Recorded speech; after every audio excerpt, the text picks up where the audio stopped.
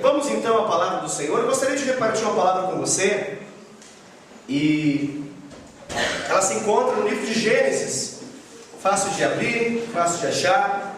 Primeiro livro da Bíblia, livro dos começos, por isso o nome Gênesis. É uma derivação da palavra Gênese. Então, Gênesis capítulo 30. Gênesis capítulo 30. Aleluia. Glória a Deus.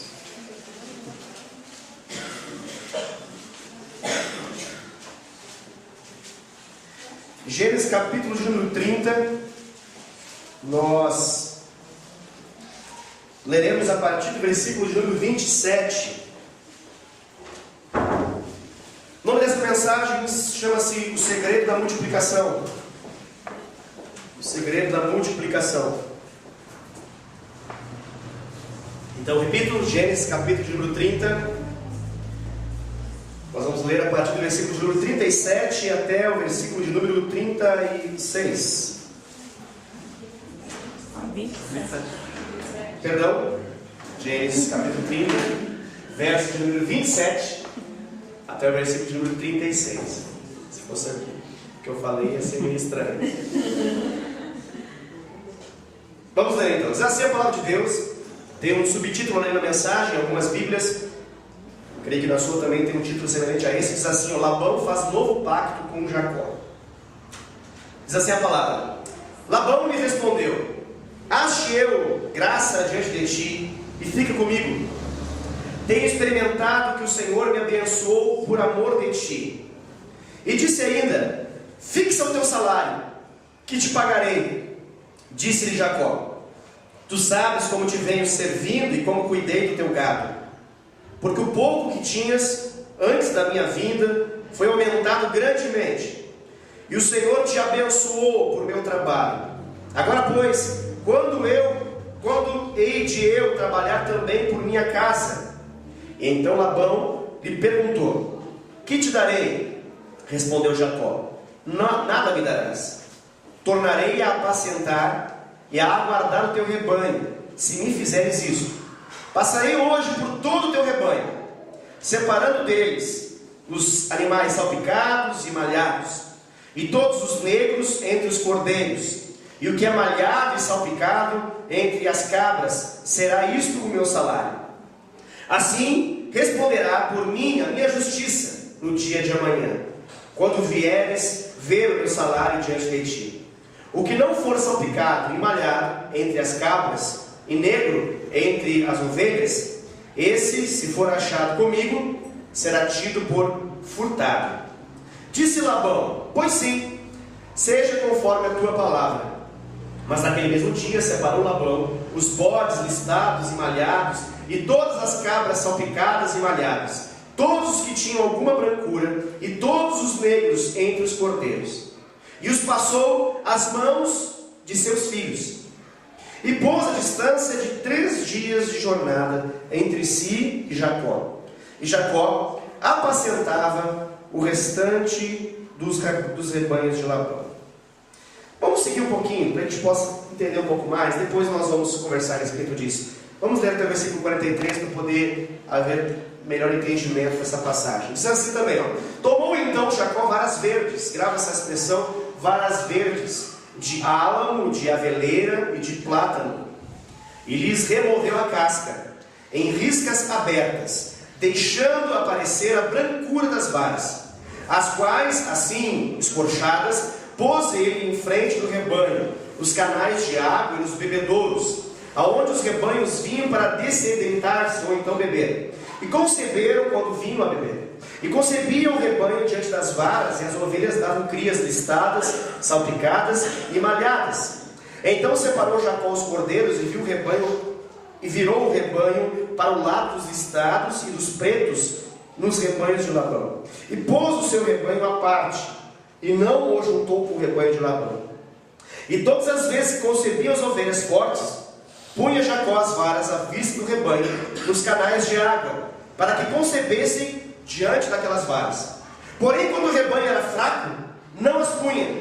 Assim, as fracas eram de Labão, e as fortes eram de Jacó. E o homem Jacó, se tornou mais e mais rico. Teve muitos rebanhos, e servas, e camelos, e jumentos, e demais animais que você gostaria de ter aqui, na hora de pensar. Amém? Glória a Deus! Que passagem interessante essa.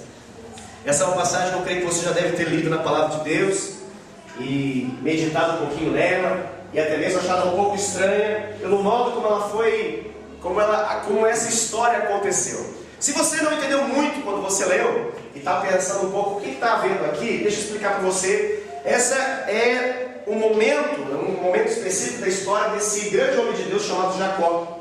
E você sabe que Jacó, ele havia, até mesmo porque ele estava em rota de fuga, ele havia conhecido uma linda mulher, uma beautiful woman. E essa linda mulher se chamava... Qual o nome da linda mulher que Jacó conheceu? Se chamava Raquel. Exatamente. Então, quando ele conheceu Raquel, a Bíblia dá a entender que ele se apaixonou por Raquel.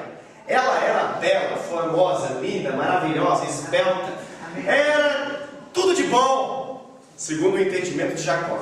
E ele ficou assim, uau! E ele, como alguém que entendia dos princípios, queria conhecer então de que família era. E veio descobrir que justamente essa família estava ligada à própria família dele. Era da família de Deus, era uma mulher de Deus. E ele então vai, e ele vai conhecer o sogrão. E aí surge então o sogrão, que no caso é o Labão. Então Labão, nessa história, veio a se tornar mais tarde, nessa história que eu estou contando, o sogro de Jacó. Quando ele conhece Labão fica maravilhado com Jacó. E vê nele um bom homem. Vê nele um homem distinto, vê nele um homem de características importantes para se ter como um genro. Viu que ele era um homem de Deus, viu que ele tinha um compromisso com o Senhor, viu que tinha uma aliança com Deus e assim por diante.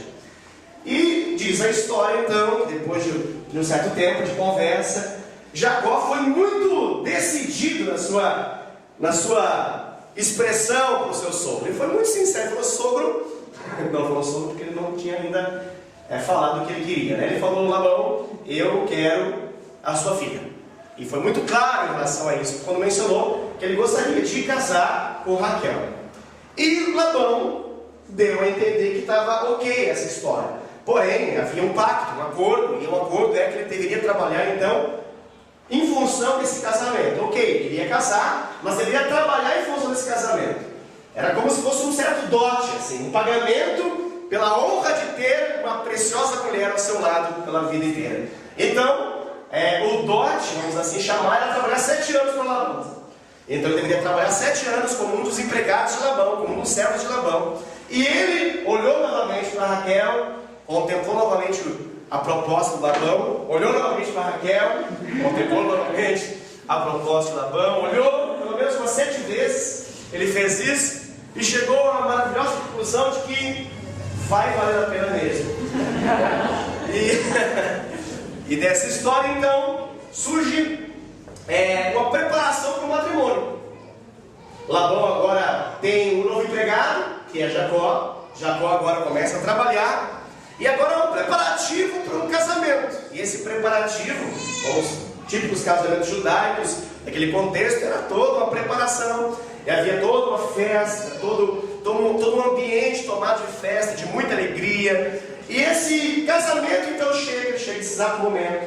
E havia uma maneira um pouquinho diferente de acontecer. Era celebrar esse casamento, havia uma festa de casamento, mas a concretização desse casamento era através do ato sexual, do momento em que o noivo então se relacionava em amor com a noiva e selava essa união, e através desse relacionamento sexual estava selado o casamento, vamos assim entender. Então havia uma tenda do amor. Ó, que lindo, né? Essa tenda do amor era um lugar, um ambiente onde havia esse selo desse casamento. Então, né, você precisa entender que dentro do contexto, né, a noiva está toda enfeitada, né? É muito comum o uso de véu naquele contexto, né? Então, um véu não tão transparente quanto os nossos véus da atualidade. Então, por trás de um véu havia uma noiva.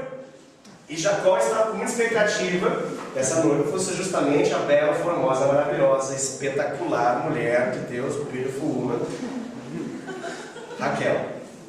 E aí então, depois de toda a celebração, depois de toda a festividade, muito come-se e bebe-se também muito, foi ele então para o momento da celebração desse casamento, do selo desse matrimônio. Entrou ele na tenda e ficou contando segundos, minutos para que então entrasse a maravilhosa mulher chamada Raquel. E entrou de fato uma mulher. Ela entrou, deitou ao seu lado. E aí então surge uma grande surpresa. E a surpresa é que não era Raquel. E isso indignou a Jacó, porque quando ele olhou para o lado, ele percebeu que não estava Raquel, mas estava a irmã de Raquel, que o nome dela é Lia. Então, quando ele percebe essa cena, depois do acontecimento ali, diz a Bíblia que ele vai até Labão indignado, furioso, bravo, se sentindo traído, se sentindo completamente passado para trás. E ele vai indignado e confronta então o seu sogrão Labão e diz: Labão, o que aconteceu? Nós firmamos um compromisso, você falou que me entregaria a Raquel. E aí Labão para e fala: pois é, senta que lá vem a história. E aí Labão fala para ele que, olha, nas nossas tradições, nossos costumes, aqui nesse ambiente, nós não fazemos assim. Nós não entregamos a mais nova primeiro. Então, para que você possa ter o direito de ter a Raquel, a bela, linda, formosa, maravilhosa, como sua esposa, você vai precisar trabalhar mais 7 anos. Mais 7 anos. O que você acha disso? Mais 7 anos. Bota sua cabeça. 14 anos ao todo para poder ter uma beautiful woman. E diz a Bíblia, deixa claro então que a Bíblia enaltece a beleza de Raquel. Mas em compensação a Bíblia não fala nem um pouco em relação à beleza de Lia. O que nos dá a entender, ó dó da formiguinha, que Lia era feia. Ugly woman. Ela não era bonita. Eu só falo esse contexto para que você possa entender um pouco das coisas que estão envolvendo essa história. Essa história de tanto trabalhar, 14 anos trabalhando, ela avança. E chega um momento então, tá? Estamos agora em outro momento, tá? Chega um momento então que Jacó está cansado. Porque a Bíblia fala que 10 vezes o Labão prometeu um salário para Jacó e não cumpriu com aquilo que prometeu. Jacó estava indignado com essa história. Além de ter sido ultrapassado, ter sido enganado nessa história do casamento, tem também uma questão financeira, mas tem um detalhe importante. A bênção de Deus sobre Jacó, a unção de Deus sobre Jacó, fazia com que havia uma capacidade de prosperidade na vida dele. Então ele trabalhou, e Labão percebeu que o trabalho de Jacó redundou ao final de um tempo em acréscimo na sua renda. Ele percebeu que a presença de Jacó era a bênção para ele, porque ele prosperou muito com a chegada de Jacó. Então, aí entra o contexto dessa palavra que nós lemos em Gênesis capítulo 30, que quando Jacó vai e menciona para Labão: Labão, eu não aguento mais, eu estou saindo, vou pegar minha família, vou embora, vou partir para outra terra. Na verdade, ele vai agora partir em função de uma história ainda não terminada e tratada na vida dele. Ele tinha uma pendência espiritual, ele tinha uma pendência com Deus, e ele entende isso e agora ele está saindo.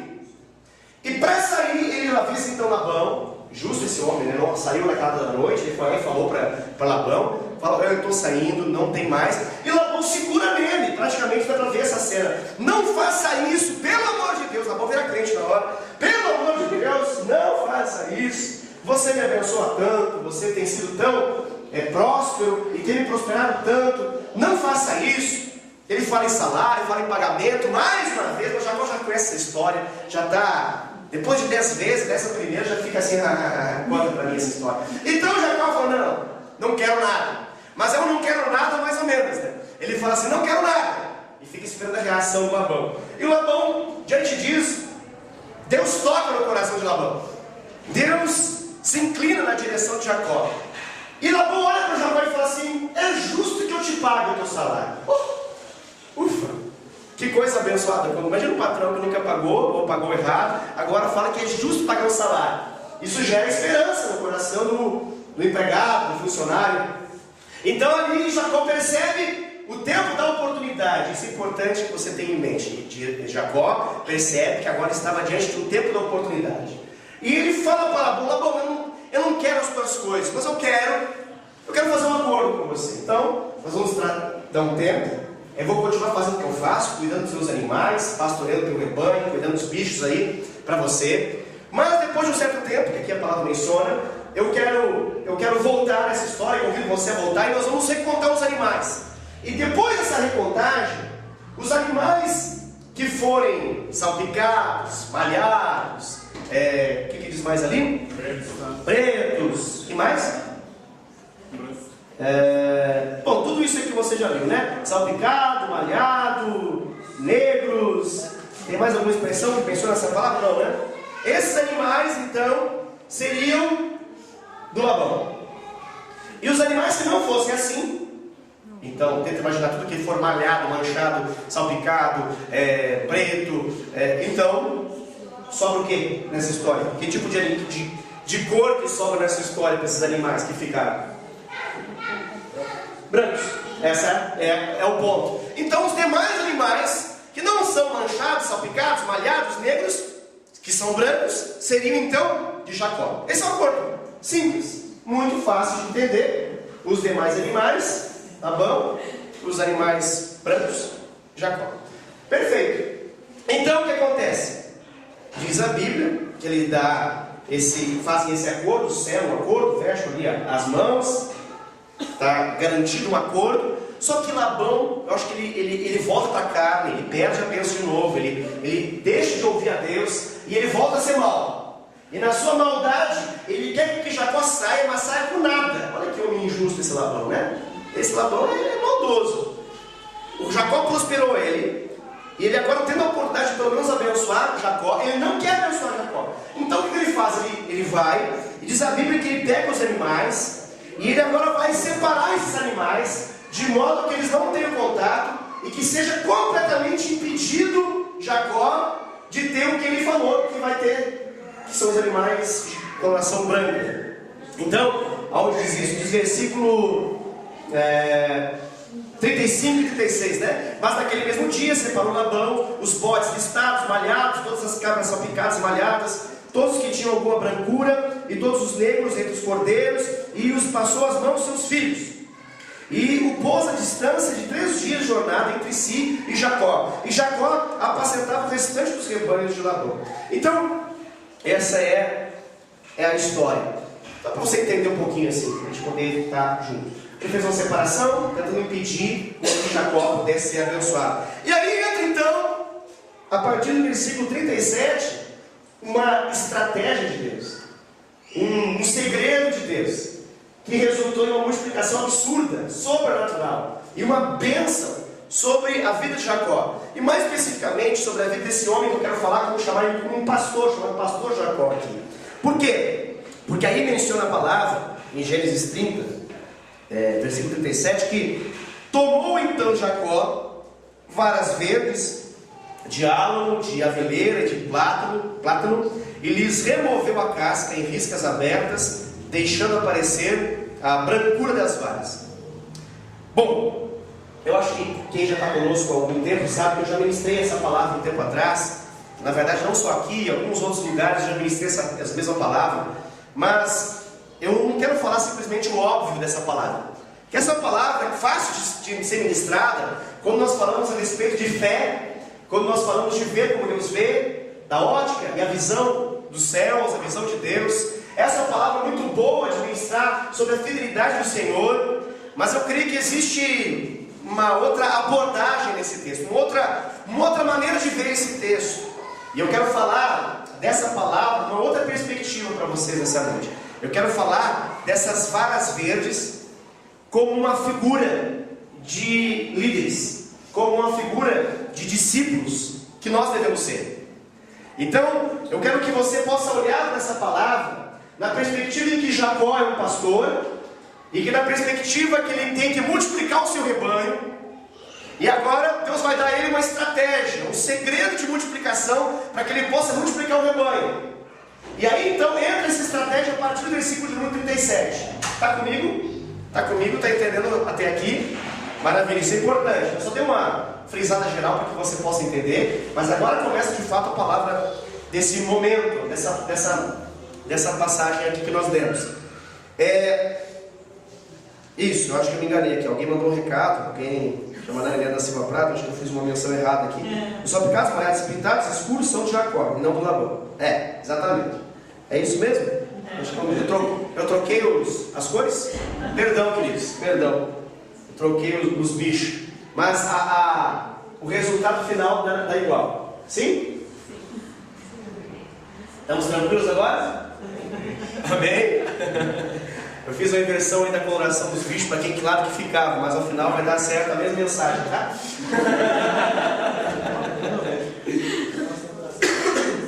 O que importa aqui não é bem a cor dos bichos, o que importa na verdade é o segredo da multiplicação.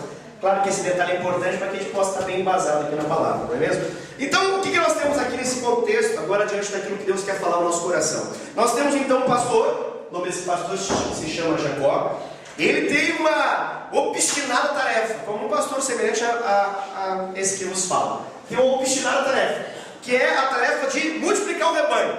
Todo pastor que se preze, e todo pastor que se preste, e que presta, ele precisa ter um chamado em Deus para a multiplicação do seu rebanho. Só que o interessante dessa palavra é que, enquanto nós temos um bom pastor que quer multiplicar de forma sadia o rebanho, nós temos um outro pastor que é mau, que é corrupto, que é um pastor aqui, mencionado como no caso um Labão. E o que o pastor mau tenta fazer na comparação com o pastor bom? Ele tenta impedir o bom de crescer, ele tenta concorrer de forma fraudulenta, de forma usando de estratégias más. Ele quer impedir essa multiplicação de acontecer. E por que eu acho interessante essa passagem? Porque eu creio que é um bom cenário diante do que nós vivemos hoje. Eu sei que você é brasileiro, se você não é brasileiro, no mínimo você é chileno, as únicas duas possibilidades de ter esse culto aqui, mas até os chilenos desse lugar, eles sabem que o Brasil tem muita igreja, tem muita igreja nesse Brasil, que mais tem igreja, a obra evangélica tem crescido tanto. E a partir desse texto nós vemos uma coisa interessante, porque ele, como é uma representação de um cenário que eu creio que é atual, nós temos de um lado, nesse Brasil das nações, homens de Deus, sérios, comprometidos, que se esforçam de forma séria e comprometida, e que trabalham para multiplicar o rebanho de forma saudável. E como que eles fazem isso? Através das marcas de um verdadeiro evangelho, através das marcas de uma verdadeira vida com Deus. Mas nós também temos outros líderes em meio a esse cenário atual, e são líderes que roubam ovelhas, são líderes que enganam, são líderes que usam de sutilezas para corromper e estabelecem, vamos assim chamar, uma concorrência até mesmo desleal. Crescem, mas crescem de um modo estranho, crescem com artimanhas que não são de Deus, mas que são do inimigo. Então, nessa disputa entre Jacó e Labão, a Bíblia aqui menciona que Jacó prevaleceu. E a Bíblia aqui menciona que Jacó não apenas prevaleceu, mas a verdade, que o mais importa para nós aqui, é que esse rebanho se multiplicou de uma maneira saudável. E qual foi o segredo? Aqui que está o lance. Aqui que está o segredo. O segredo é que Jacó usou varas verdes. E ele usou varas verdes como referência. Presta atenção no que eu estou mencionando. Ele usou varas verdes como referência para a multiplicação do rebanho. Quando as ovelhas elas olhavam aquelas varas que estavam talhadas, que estavam cortadas no padrão que o próprio Jacó buscava, a Bíblia fala então que essas ovelhas, que esses animais, eles se reproduziam conforme o padrão que o Jacó mostrou. Que vamos agora é um momento importante que tem a ver com o que foi me enviado aqui, que ele fez essas manchas a semelhança de listrada, manchada, malhada. Então ele talhou nessas varas verdes o que ele esperava que acontecesse. Então, diante disso que nós estamos falando, eu creio que nós temos aqui um segredo. E o segredo está em levantar referências para o rebanho e mostrar essas referências para o rebanho. Então, o que o texto aqui diz? O que a palavra de Deus aqui menciona? Fala que Jacó pegou varas. O que essas varas são? Varas verdes. O que vara verde fala para você? Se vara verde é diferente de uma vara seca, velha, que já não é maleável. Obrigado pela palavra. Então, vara verde fala de maleabilidade. Palavra bonita para a gente poder falar, né? Vamos de novo?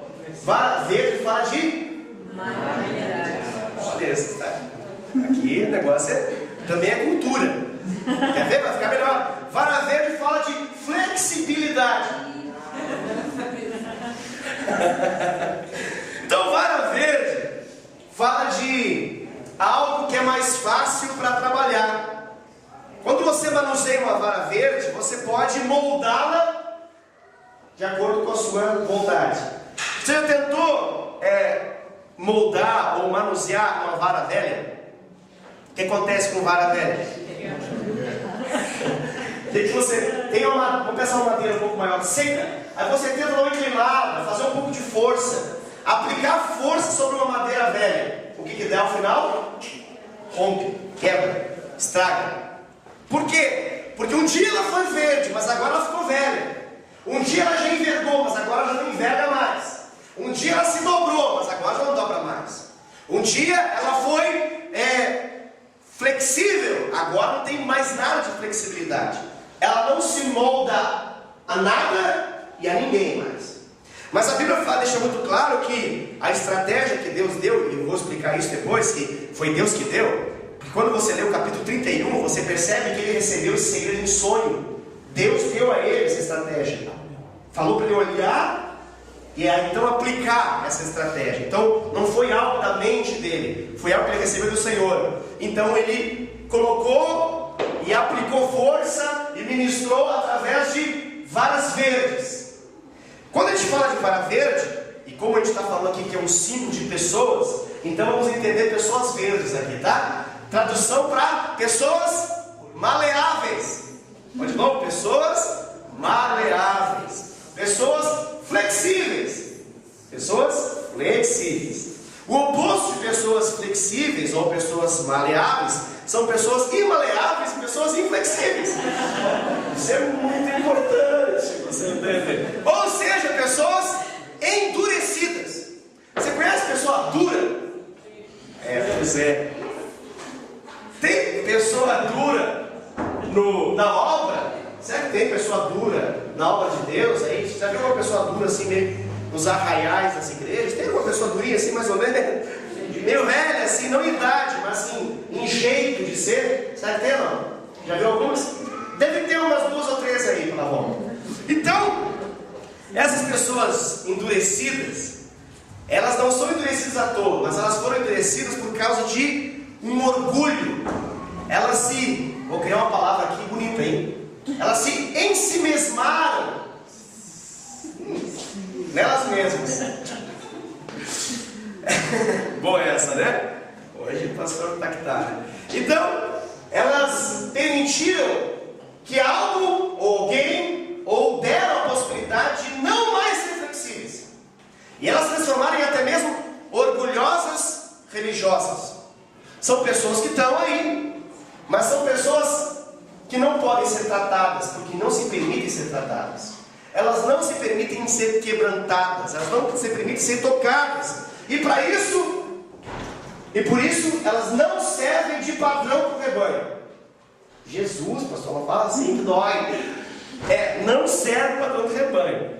Por quê? Porque qualquer esforço que você tente fazer para moldar é inútil.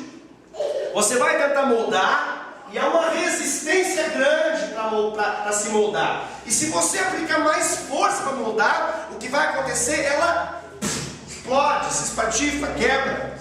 Então o que acontece? Essa vara velha, endurecida, ela frustra todo investimento. Imagina alguém que quer fazer algo, quer construir algo, aí vai nessas varas velhas a fim de poder construir algo. No primeiro tentativa de esforço de moldar, vai ficar frustrado, porque vai pensar, puxa, trabalho que deu pegar essas varas, trabalho que deu fazer força, olha que resultou, nada. Essa é a triste realidade das varas que não são verdes, né? Das varas, no caso, que são velhas. Por que eu estou falando isso? Jesus ele começou seu ministério na terra. E a Bíblia fala que depois do seu batismo, cheio do Espírito Santo, depois ainda de ser tentado pelo diabo, sendo conduzido por Deus para ser tentado pelo diabo, a Bíblia fala que ele vai, e agora ele vai em busca de varas verdes. Ele vai em busca de pessoas que não... Em busca, né? Ele vai em busca de pessoas... Estou dando muito com esse chileno. Que coisa! Eu não sei falar outra coisa não. Então, ele vai em busca. Ele vai em busca de varas verdes. Por quê? Porque só explicando para aqueles que estão pensando, por que ele falou chileno? Porque no espanhol V e B é um problema, por isso que a vaca é igual a vaca. Amém?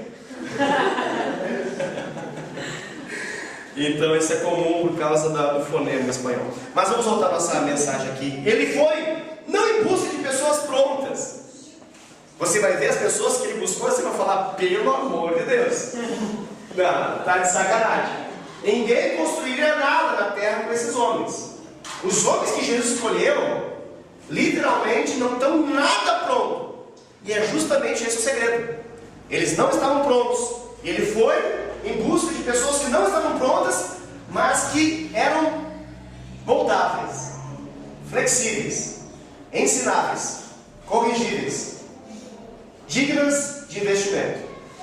Amém? O que isso fala pra gente? Fala o seguinte: o bom discípulo, o bom líder, é aquele que tem um coração ensinável, é aquele que tem disposição de aprender, é aquele que nunca quer chegar ao dia que fala, eu já aprendi tudo, agora não precisa mais nada. O bom discípulo está sempre disposto a não se enrijecer no seu conhecimento, a não se enrijecer na sua experiência, a nunca falar, não, assim não. Mas é alguém que está pronto a ser moldado pelo Senhor, a ser flexionado pelo Senhor. Ufa, essa foi difícil.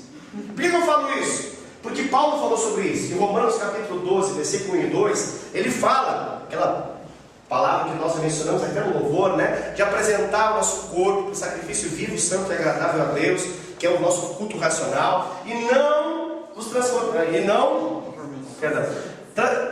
Isso, obrigado. E não vos conformeis com esse século, mas transformai-vos pela renovação da vossa mente, para que então possais experimentar a boa, perfeita e agradável vontade de Deus. Você conhece esse versículo, né? Romanos capítulo 12, versículo de número 2. Ali fala a respeito de se permitir ser mudado.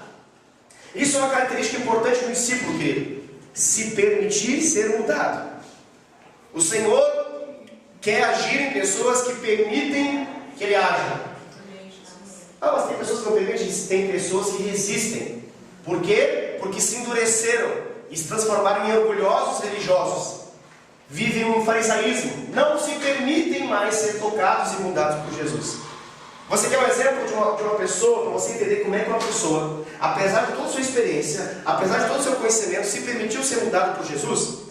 Lembre-se daquela passagem bíblica que menciona em que Pedro, lembra que Pedro, ele era um judeu. Pedro ele estava num contexto judaico. E você sabe que dentro do contexto judaico, porco não é bem visto, ainda mais comer porco é uma coisa completamente absurda, uma heresia. E o que a Bíblia fala que Deus dá a Pedro? Deus dá a ele uma visão. E nessa visão tinha um lençol cheio de animais, todos eles considerados impuros pela religião judaica.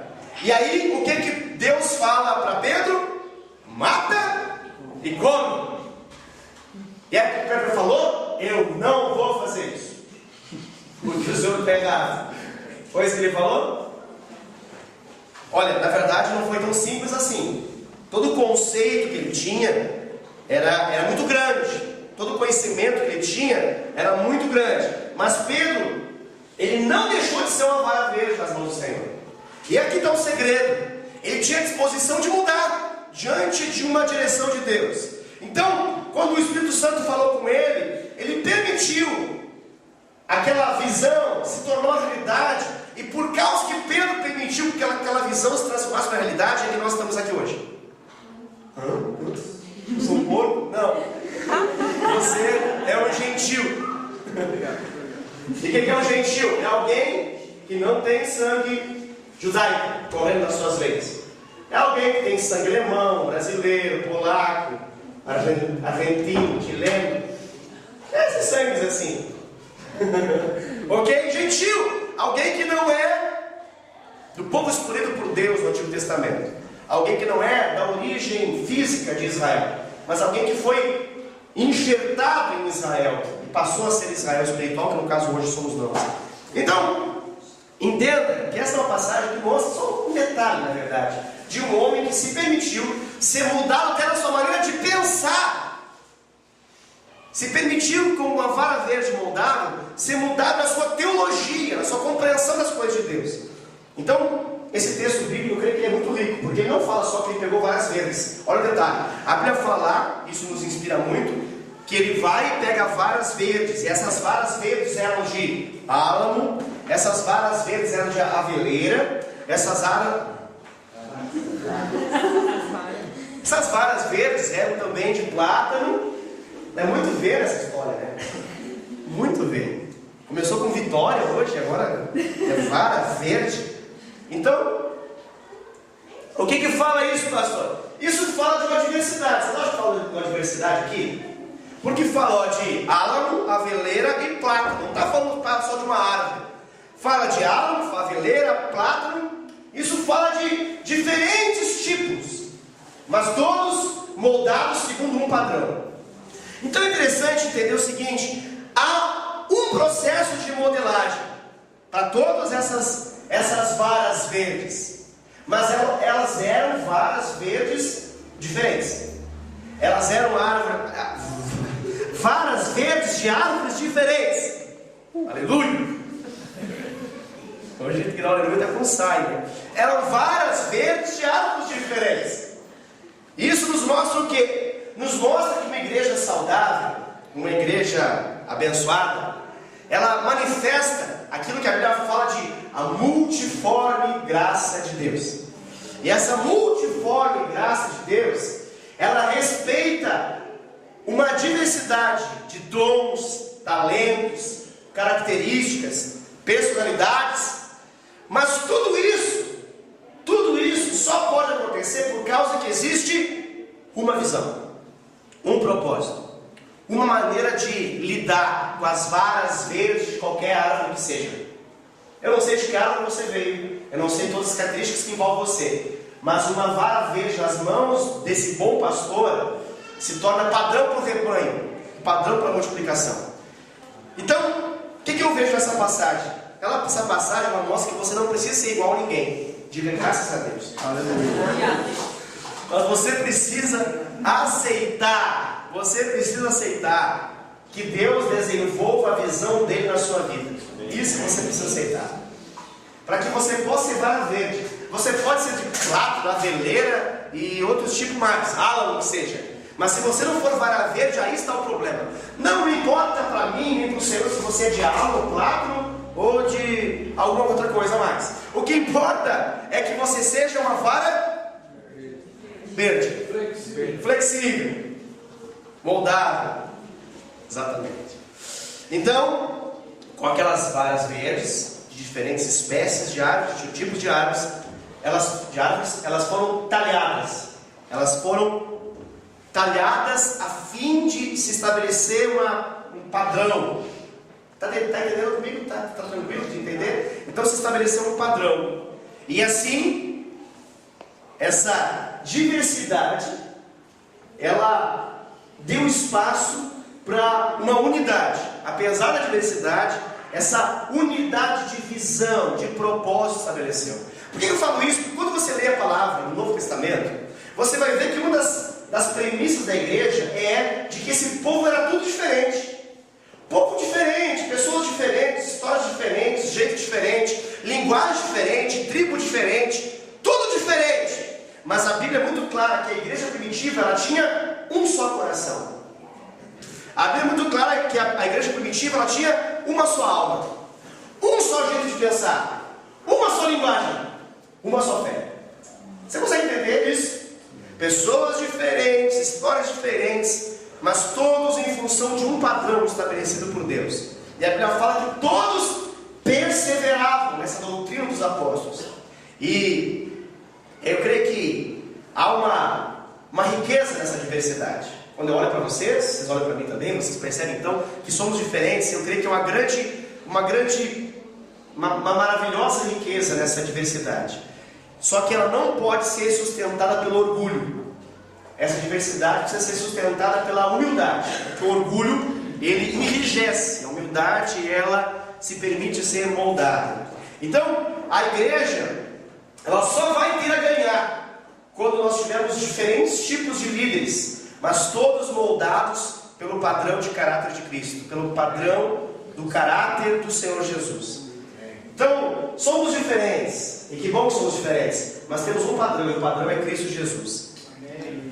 Vamos ver aqui um outro detalhe importante. A Bíblia fala em Gênesis 30, versículo 41, diz assim, ó: e todas as vezes que concebiam as ovelhas fortes, punha Jacó as varas à vista do rebanho, nos canais de água, para que concebessem diante daquelas varas. Outra linguagem, Almeida. Então, o rebanho de Jacó, ele precisava crescer mais do que o rebanho do trapaceiro Labão. Simples de entender isso. Ele precisava crescer mais do que o rebanho do trapaceiro Labão. Então, as ovelhas que dessem essas crias marcadas, vamos assim colocar para poder não falar listada, malhada, sapecada, essas crias marcadas, elas seriam então de Jacó. Essa é a base dessa história. As que fossem lisas, vamos assim falar, elas seriam então de Labão. Corrigindo aquilo que eu falei no começo da mensagem. Então, o que ele fez? Então, esse homem de Deus, ele foi lá, ele tomou varas, ele cortou essas varas, ele marcou essas varas verdes e colocou elas em lugares estratégicos. Quando eles iam beber, ele colocou lá, e quando eles iam conceber, quando eles iam procriar, então ali ele colocava. Qual foi o resultado? A Bíblia deixa claro que ao verem as varas marcadas, diz a Bíblia que debaixo do poder de Deus, esses animais eles concebiam de acordo com o padrão que eles viam. Eis o segredo: eles geravam de acordo com aquilo que eles olhavam. Assim aconteceu no rebanho que se passou a ser de Jacó. Então as ovelhas, os animais olhavam, e ao perceber aquelas manchas, ao perceber aquelas marcas, eles cresciam de acordo com aquilo que olhavam. Isso nos dá uma figura aqui, nos dá uma ideia aqui. O rebanho, com as marcas do verdadeiro evangelho, ele precisa crescer mais do rebanho que tem as marcas de um falso evangelho. Precisa acontecer. E o que a gente precisa fazer para isso acontecer? Precisamos de líderes que sejam referência, de líderes que sejam referências como varas verdes nas mãos de Jacó, que sejam varas verdes na mão do Senhor, e que ao serem olhados, que ao serem observados, inspirem as ovelhas, inspirem as pessoas a reproduzir de acordo com aquilo que vem. Amém? Amém. Tá claro? Tá dando para entender? Então o processo das varas, dessas varas, o preparo dessas varas, diz a Bíblia que Jacó, ele removeu essa casca. Olha o detalhe importante, ele removeu a casca. Essa é uma figura também bem desafiadora, né? Vamos pensar em discipulado. Aleluia! Acordaram todos? Que desafiadora figura é essa? Olha só. Cascas precisam ser removidas. Amém? Para quê? Para que a brancura de Cristo se mostre e que a brancura de Cristo se evidencie em nós e através de nós, nós precisamos deixar essa velha natureza cascuda sair fora. Tem que vazar da nossa vida isso, para que a brancura de Cristo possa evidenciar a nossa velha maneira de ser, de viver, de pensar, precisa ser arrancada da nossa vida.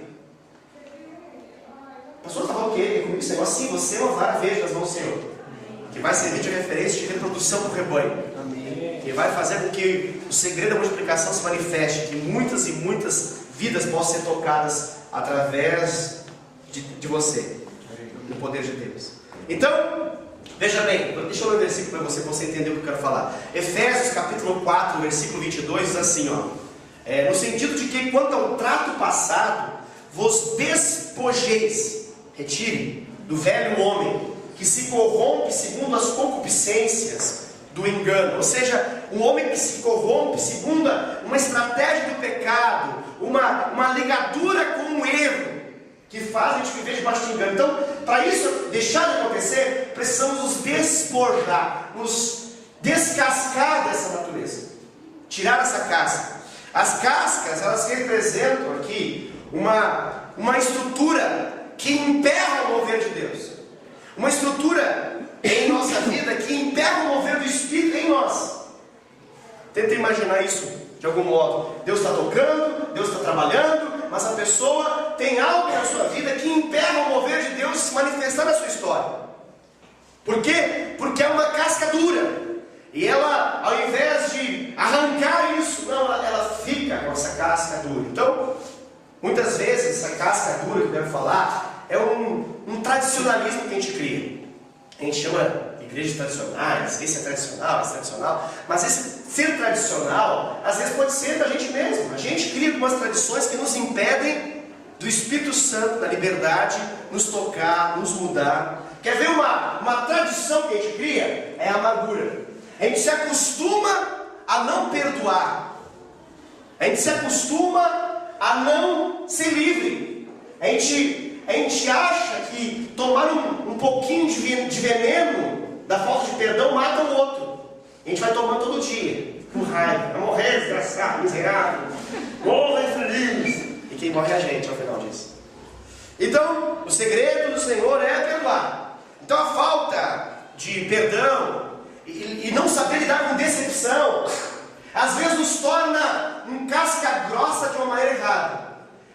Um casca grossa para o Espírito Santo, e não um casca grossa para o diabo, para o mundo, para o pecado, mas nos torna um casca grossa para o mover de Deus. Aí Deus quer atuar e nós não permitimos. Então o que acontece? O Espírito Santo sempre trata com a gente, mas é superficial. Nunca níveis profundos, nunca passa da casca. Não consegue liberar a brancura de Cristo, não chega ao ponto de penetrar e liberar essa brancura de Cristo, que aqui a história menciona. Então, a pessoa vai ser fadada a viver uma aparência falsa. Ela está aí, está no meio, está entre aspas, está no mover, mas nunca isso resulta em glória de Deus. Por quê? Porque ela não permite que a verdade possa de fato libertá-la. O que significa que eu quero falar? Que quem não aceita a libertação nunca se tornará referencial para nada e ninguém. Quem não aceita a libertação, e quando eu falo libertação é assim, sai capeta! Não, essa libertação é aquela é uns 10% da ponta de um iceberg. A libertação mais selvagem é os 90% que fica abaixo. Porque o sai capeta é fácil de fazer, a gente faz aqui se precisar. Mas os 90%, essa é discipulada. Essa é permitir que penetre até chegar à brancura de Cristo. E essa não é tão fácil assim. E por que você fala pra gente isso, pastor? Você acha que a gente tem um pouco de... Todos nós temos, por causa do pecado. Todos nós temos umas cascas que a gente vai colocando até para se proteger. E ao invés de se proteger só do Satanás, do mundo, do pecado, ele se protege de Deus e da atuação do Espírito Santo. Então, vamos traduzir melhor isso que eu acabei de falar. Se você não se permite se desnudar do seu discipulado, você nunca vai passar do ponto de esterilidade. Quer ser estéril? Nunca se dispa, nunca se pele, nunca se desnude. Fique com as suas cascas protegido para o resto da sua eternidade. Gostou, não? Não ficou muito bonito, não. Achei meio estranho. Mas é só para poder exemplificar o que eu quero falar. Então, sem sinceridade e verdade, não tem discipulado. E sem sinceridade e verdade, não tem santidade. Olha que lindo. Sem sinceridade e verdade, não tem santidade. É isso. Se nós entendemos que santidade é a aparição da brancura de Cristo em nós, é a vida do Espírito que está por trás dessas cascas bonitas que a gente tenta mostrar para os outros, se nós entendemos que isso é de fato a vida do Espírito, então nós precisamos de muita sinceridade e muita verdade. O texto também fala que esse trabalho de Jacó se revelou no seguinte fato: ele fez riscas abertas. Riscas abertas para deixar aparecer a brancura das varas. Pensa em risca aberta. Eu gosto da expressão risca aberta. Por que eu acho legal isso? Porque discipulado, às vezes, querido, deixa você aberto. Mas é benção. É um processo doloroso. Mas para que nós possamos viver a santidade, temos que permitir que alguém cave em nossa vida. E esse cavar dói. A gente fala, ai, aleluia, cada vez que acontece. E o papel de um bom líder é trabalhar em nossa vida até que apareça a brancura de Cristo. Até que ela seja tão evidente que nós, como na qualidade de discípulos, possamos ser mostrados para os outros como padrões fiéis. Amém? Amém? Amém. Essas riscas abertas, nós podemos interpretar como o processo do tratamento de Deus. Eita benção! É a UTI celestial. Às vezes é importante, a gente fica assim debaixo de cuidados de aparelhos, mas é importante. Não é importante para que de fato nós possamos sair da superficialidade. Por quê? Deixa eu ler uma palavra para você entender o contexto dela. Gálatas capítulo 6, versículo 17, o apóstolo Paulo fala disso na vida dele. Ele diz assim, quanto ao mais, ninguém me moleste. É uma linguagem para... sai daqui. Porque eu trago no corpo as marcas de Jesus. Você ficou muito preso na primeira parte, deixa eu enaltecer a segunda. O apóstolo Paulo falou para ninguém molestar ele, porque ele carregava no corpo as marcas de Jesus. Deixa eu ver. Imagina você olhar para alguém marcado. É igual você olhar para uma vara verde marcada. Paulo era alguém marcado pelas marcas de Cristo Jesus na vida dele. Essas marcas eram tão evidentes, eram os troféus dele. Era o currículo vitae dele. Ou Lattes. Não, Lattes não, só vitae. Era o currículo dele. Essas riscas abertas eram as marcas do quão de Deus ele era. E da fidelidade que ele tinha a Deus. Da fidelidade que Deus tinha com ele. Você está entendendo o que eu quero falar? Nós precisamos, para que a igreja boa seja melhor e maior do que a igreja ruim. Igreja ruim, pastor? É aquela em que existe o engano, em que existe corrupção, em que existe toda essa estratégia de Labão. Mas para que essa igreja forte prevaleça sobre essa outra igreja que eu acabei de falar, nós precisamos de homens e mulheres que tenham riscas abertas, que tenham marcas de Cristo na sua vida. Essas marcas de Cristo, elas precisam ser tão fortes que elas sejam visíveis. Visíveis. Deixa eu fazer uma pergunta para você para ficar mais claro esse negócio. Quais são as marcas que as pessoas percebem quando olham para você? São as de Cristo? Deixa eu falar de novo. O qual referência você é para alguém? Por ter as marcas de Cristo na sua vida. Porque a palavra está sendo muito clara. Só essas marcas vão fazer uma grande reprodução acontecer. Uma grande multiplicação acontecer. Vamos para o final da palavra? O último conceito que eu quero trazer aqui, através dessa passagem bíblica de Jacó, é que essas varas, deixa eu deixar bem claro isso, elas estão ali para ficarem expostas. Expostas. Diga glória a Deus por isso.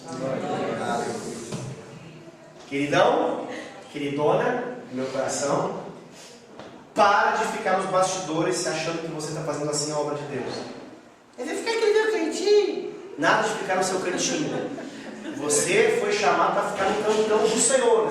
Não no seu cantinho, tímido, ninguém me vê, assim melhor é que ninguém me veja mesmo. Deus não te chamou a isso.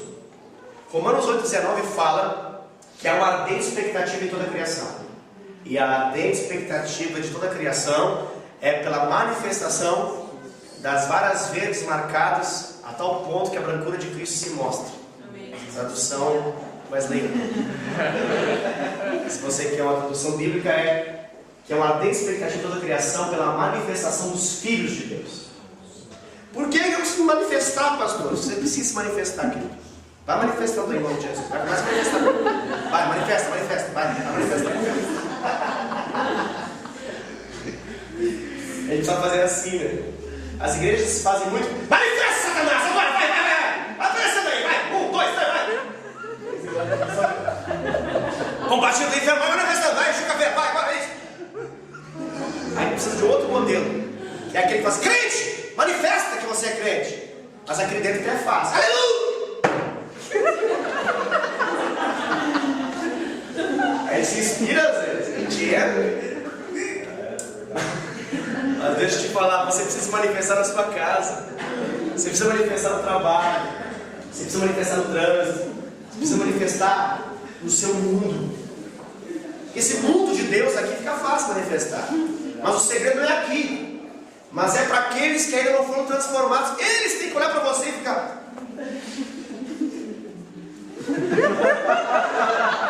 Enquanto eles... Olha, são segredos. Você está rindo, mas é segredo espiritual isso aí, rapaz. Vou de novo. Eles precisam olhar para você enquanto eles bebem. Enquanto eles... Eu não vou fazer essa parte. Eles concebem.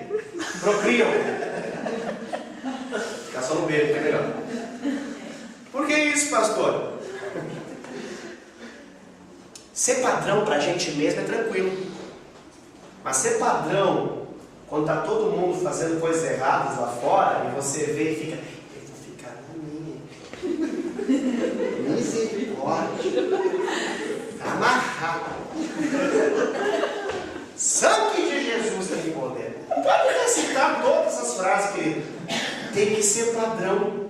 Você pode recitar tudo, está tranquilo, pode recitar tudo que eu falei. Mas tem que ser padrão. Não pode só... As pessoas têm uma leve, momentânea menção de que você participa num culto evangélico ao final de semana. Isso não muda o mundo, querido. O que muda o rebanho para sair das mãos do diabo, Labão representa o diabo aqui, tá? Para vir pelas mãos de Jesus, Jacó representa Jesus aqui, tá? É você se permitir se mostrar. O que eu mostro para eles, pastor? Você mostra... O quê? O que você mostra para eles? Seu rosto bonito? A marca do perfume que você usa? Seu carro? O quão grande sua casa é? O que você mostra para o mundo? Santidade. E o que o mundo costumeiramente olha para você e fala, ah, você tem isso, ah, você tem aquilo, ah, que legal que você faz isso. E o que mesmo a gente mostra? Cristo. A gente gasta um tempo para poder mostrar para as pessoas que a gente é maravilhoso. Olha que especial que a gente é. Quando o que de fato muda as pessoas, não é isso. O que muda as pessoas é elas veem a brancura de Cristo. Elas olharem as marcas de Cristo, do verdadeiro Evangelho na nossa vida. Deu para entender alguma coisa dessa mensagem? Amém. Glória a Deus, glória a Deus. Por que você resolveu falar isso com a gente, pastor? Porque eu creio, eu estou muito feliz que está bastante gente aqui, que Deus nos chamou cada um de vocês, me chamou para nós sermos esses referenciais. Amém. Nós sermos. Vamos de novo? Vara verde. Vamos lá? A diversidade é de plato, naveleira, parará. Eu me esqueço sempre se é outra terceira vara. A terceira árvore, plato, não sei o que é mesmo. Diversidade O que mais que eu falei?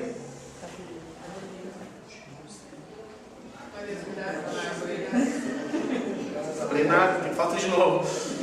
Eu falei da vara verde. Eu falei que elas eram de vários tipos de árvores, mas elas tinham todo o mesmo padrão. Elas foram descascadas, precisam ser descascadas. Aqui é a mesma visão, apesar da diversidade, a unidade de visão e propósito. Precisam ser descascadas, precisam ser marcadas até aparecer a brancura de Cristo, falando de aparecer a santidade. E aí então, agora você pegou. Vamos de novo? Isso é importante. Resumo. Vai para o vestibular, tem um carro lá. Aí, vamos gravar fora para poder passar. Gente, se mata para poder passar na prova. Passa e aí, às vezes não muda na nossa vida.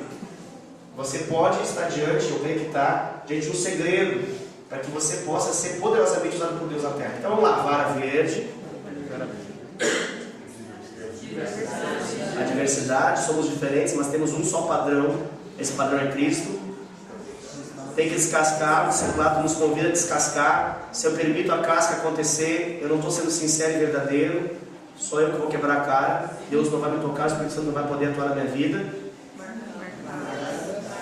Marcadas, as marcas de Cristo Jesus em minha vida. E então, tcharam! Manifesta! Manifesta crente, esse é importante.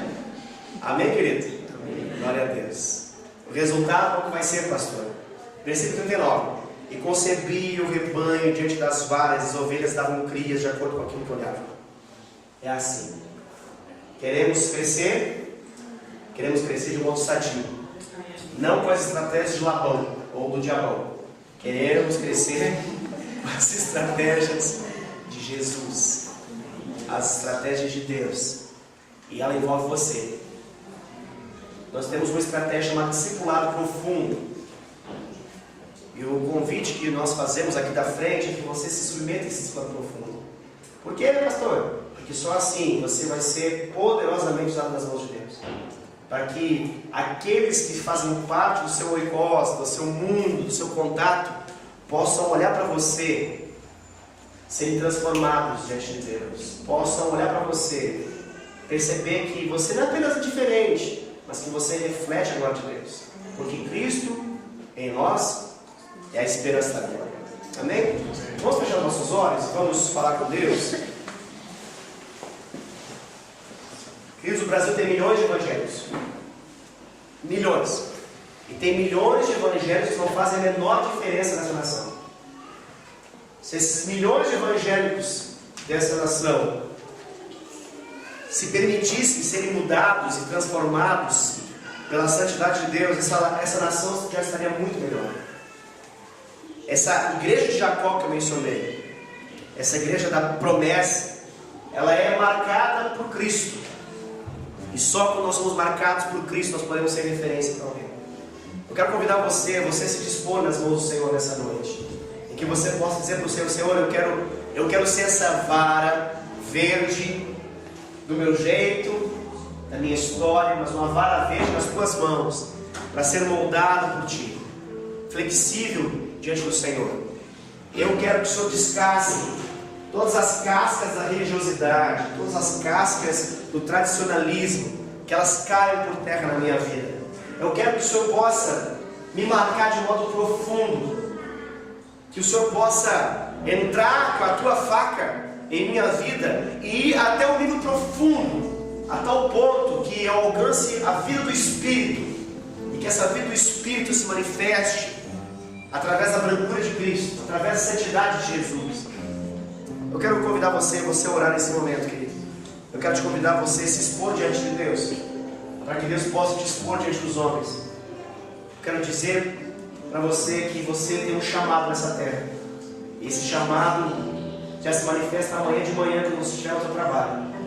Esse chamado se manifesta amanhã de manhã quando você estiver na sua escola, na sua faculdade, na autoescola, quando você estiver no teu carro, quando você estiver no shopping. Esse chamado se manifesta. Por quê? Porque há uma ardente expectativa em toda a criação pela manifestação dos filhos de Deus. Eu quero convidar você a dizer sim para o Senhor. Para você dizer para o Senhor: Senhor, eu quero ser um padrão. Eu quero que esse padrão seja usado por você para que muitas outras pessoas possam ser tocadas por Ti.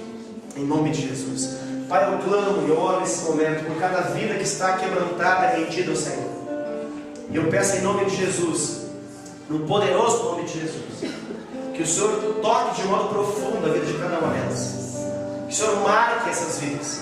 Que o Senhor levante, Senhor Deus, aqui nesse lugar, nessa noite, uma geração de líderes que são um quadro para que o mundo olhe, contemple as boas obras e glorifique ao Pai que está nos céus.